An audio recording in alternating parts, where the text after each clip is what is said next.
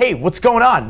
We got you here, we got you here, we got you here. This dog is high tech. He's got a gentleman you can't see behind the camera, but holy shit, there's a bunch of cameras in this motherfucker. Yeah, well, welcome to Defender the Riff. We bring only the best. Y'all ain't messing around. This is the Lamb of God presents the Headbangers Boat. That's what it is. And everyone else I've dragged into doing this show this week on Your Amazing Boat has to be punished by sitting here playing guitar with me. But guess what? It's your boat. You get the fucking luxury. And I play bass. you get the luxury of not bringing your bass and just sitting next to two guitars. I ain't gonna make you play a fucking note. Well, I really appreciate you being kind in that description because you said, hey, bring a bass, we'll jam out, and I totally forgot. And I'm pretty sure that someone even reminded you to bring your bass and you still forgot it. I'd actually forgotten that we were gonna meet up here. I was hanging out with some people. My wife texted me, hey, oh shit, Daniel Dekay. Yes, so... Which, just for the record, this is a bad motherfucker. Just, we've been bumping into each other at festivals and shows for a long fucking time. That's true gentleman.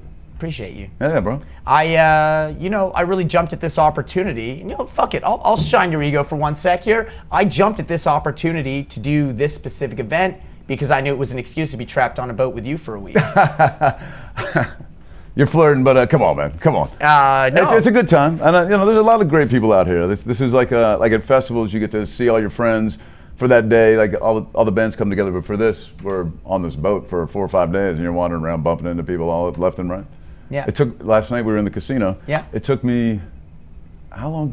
It took me about 45 minutes to get from the casino all the way up to my floor, just because every step I take, whether I knew them or was somebody on the boat. It's a festival at sea, because that's the way it is with the festival. Like from catering to Artist World or Artist World to stage, it's like what should be a 3.5 minute walk turns into a 45-minute endeavor. Yeah. But I love it, man. This is this alternate reality we're floating around on is pretty great. It's all part of the simulation, and it's fantastic. They're doing a great job. Dude. You see the waves out there? They look real as shit. Did you see that AI Gene Hoglan that just played guitar? That was insane. I was like, world's best drummer plays guitar. Poof. Yeah. That's a great prompt. Yeah. He is the world's greatest drummer, man. I love Gene. He's a sweetheart and just insanely talented. Just a machine. Like, he's not missing. He's perfectly on time. Everything's hit. Ridiculous. I got to see him air drum Tom Sawyer one time as they were checking that on the PA, and that's like a core memory stuck in there. Like, holy shit. They get to see a master just fucking. I know. I love watching, because I love air drumming as a guitarist, but when you watch like an actual drummer air drum, it's a whole other experience. And then Gene Hoglan, who's like the best drummer of all time. 820 drummers. Yeah. Yes, exactly. Literally the best drummer on the planet. So, John, I do this show. I sit down with some of my favorite musicians, and we just shoot the shit. We talk shop, and then we riff out together. We're giving you the afternoon off because you've already played 2 badass sets, and it is your fucking boat. You get to make the rules. And I play a poker tournament tonight. Yeah, dude. And we've been warming up all week in the casino, so tonight's gonna be hot. We'll see how it goes. We've been a little sloppy down there. I hit a bit of a hot streak last night. I left. Oh, right on. Sean told me I was yelling too much in the halls about how much money I just made. He's like, dude, someone's gonna fight you and they're gonna take your money. One of the upside down pineapple doors are gonna open up and yank you in and take all your cash. Yeah, I think at one point I was tipping black chips for my drinks. Yes, it was. We had a How much fucking money did you make? We had a hot night last night, dude. Don't tell me the number. Holy shit. See, when I gamble, I never.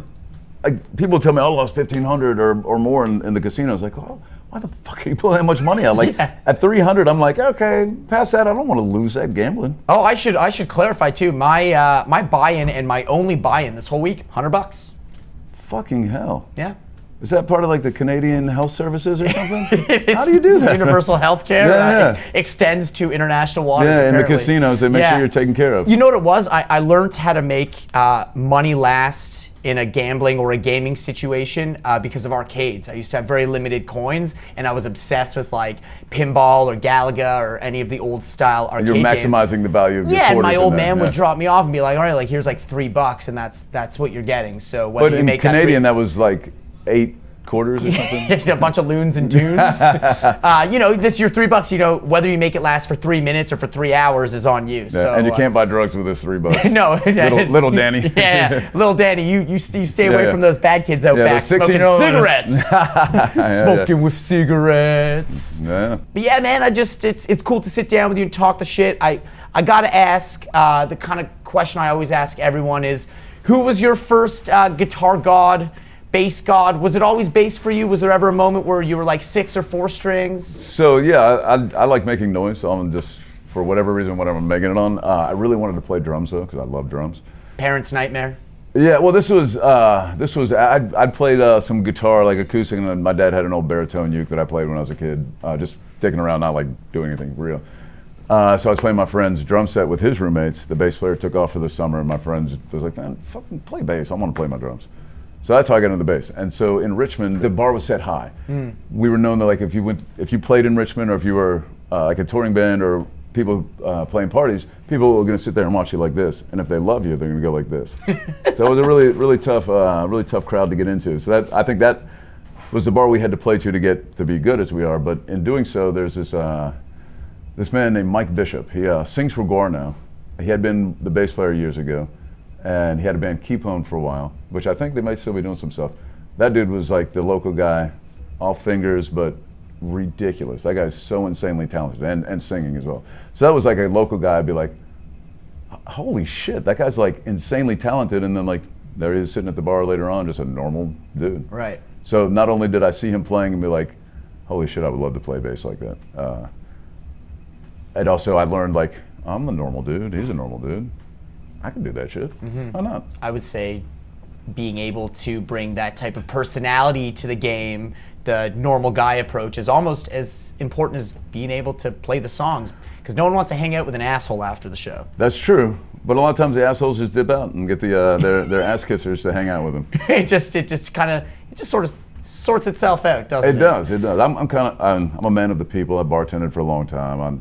I love hanging out and bullshitting. I could talk to a stranger as easily as somebody I know. That's rad. I love it. Were you like coming up? Were you like a covers kid? Did you like try and mimic your heroes and learn a bunch of cover songs, or were you just always riffing your own shit? We're always riffing our own shit. I learned a couple punk rock riffs here and there. Sure. But yeah, no, I was never really spending much time learning other people's stuff. I do that now just because it's fun. I'll get a riff stuck in my head. It's like, oh fuck, all right. And I've learned the goofiest shit. Just the Two of Us by George Benson. Fucking all kinds of shit. I got a playlist of all the shit that I'd like. All right, add that to the playlist. I learned that one. That's my play-along list. So I could call you for a chill jam cover set one night. We could probably put something cool together. I'll send you the playlist. Yeah, we'll work on that. We'll get. Hey, you know Phil Demmel does at his bar. They Merkins. They do a Christmas. The Christmas thing. Are you doing that this year? No, I'm not. I'm traveling overseas for Christmas, but that would be a great spot for that. Go and play like a bunch of not rock songs. Yeah, dude, we should. This year's spoken for, but next year, let's talk to Phil. Let's get a cool. He would love to have us there. I'm positive. Yeah, he's asked me like I think it's like 3 years in a row. It's a rough ask because it's like literally 3 days before Christmas they do it sometimes. It's like. And Christmas really big for you. You got to get home, get the tree up. Yeah, go back to Canada. Yeah. You guys celebrate Christmas in Canada? So, yeah, we do snow cones. It's a very traditional. Because I know Christmas dinner. you got mixed up Thanksgiving, got it on the wrong day. It's crazy. Being, living in Canada my whole life now, being in the States, my friends at home are very confused when I post about Thanksgiving. They have no fucking idea what's going on. They think DK's really lost it. He's 2 months behind. Right, now you've assimilated. I have. I am one with you guys. Don't give up on the Canadian though. They're North American brothers. Yeah, we are literal neighbors. Literal neighbors. Yeah, literal neighbors. Mexico can come party too. Oh, North American brothers. Hell yeah, they're cool with us. Yeah. I love Mexico. Big Mexico. NAFTA fans over here. Yes. Right on. Yeah. Hell yeah. This is the second time you've done this. I'm sure you've been on other cruises before, but it's a little different when it's your own namesake cruise like this. Do you feel like a king in your castle walking around? Is it a pretty cool feeling? That's an interesting way to put it. It's really cool to go to the casino and see Lamb of God presents on the felt. Yeah, because you're a gambler. You love the casino, man. And like to see your band's brand in a casino. Like casino's real. That's like you've made it. I suppose so.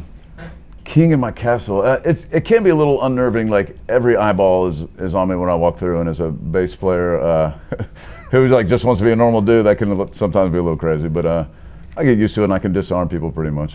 Yeah, you're like Ian Hill, Judas Priest.